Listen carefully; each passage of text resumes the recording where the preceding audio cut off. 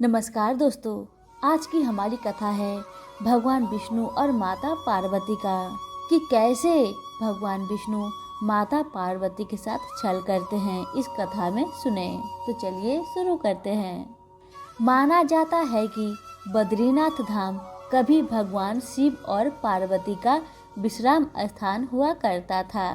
यहाँ भगवान शिव अपने परिवार के साथ रहते थे, लेकिन श्री हरि विष्णु को यह स्थान इतना अच्छा लगा कि उन्होंने इसे प्राप्त करने के लिए एक योजना बनाई।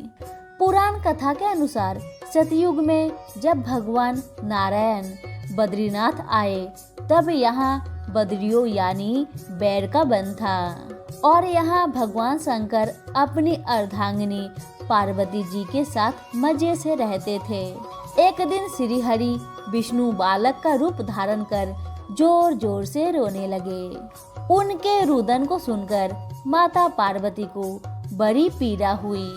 वे सोचने लगी कि इस बिरह वन में यह कौन बालक रो रहा है और ये कहाँ से आया है और इसकी माता कौन है। यही सब सोचकर माता को बालक पर दया आ गई। तब वे उस बालक को उठाकर अपनी गोद में घर पहुंची। भगवान शंकर तुरंत ही समझ गए कि यह कोई विष्णु की लीला है। भगवान शंकर ने पार्वती से इस बालक को घर के बाहर छोड़ देने का आग्रह किया और कहा कि वह अपने आप ही कुछ देर रोकर चला जाएगा।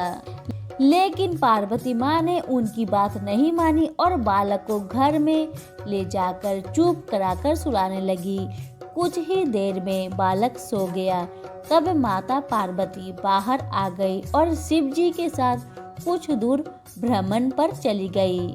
भगवान विष्णु को इसी पल का इंतजार था। उन्होंने उठकर घर का दरवाजा बंद कर दिया। भगवान शिव और पार्वती जब घर लौटे तो द्वार अंदर से बंद था। इन्होंने जब बालक से द्वार खोलने के लिए कहा, तब अंदर से भगवान विष्णु ने कहा कि अब आप भूल जाइए भगवान, यह स्थान मुझे बहुत पसंद आ गया है। अब मुझे यहीं पर विश्राम करने दीजिए। अब आप यहाँ से केदारनाथ जाए। तब से लेकर आज तक बद्रीनाथ यहाँ पर अपने भक्तों को दर्शन दे रहे हैं और भगवान शिव केदारनाथ में। तो हमारी कथा यहीं पे समाप्त होती है। उम्मीद करती हूँ आप सभी को पसंद आई होगी। धन्यवाद।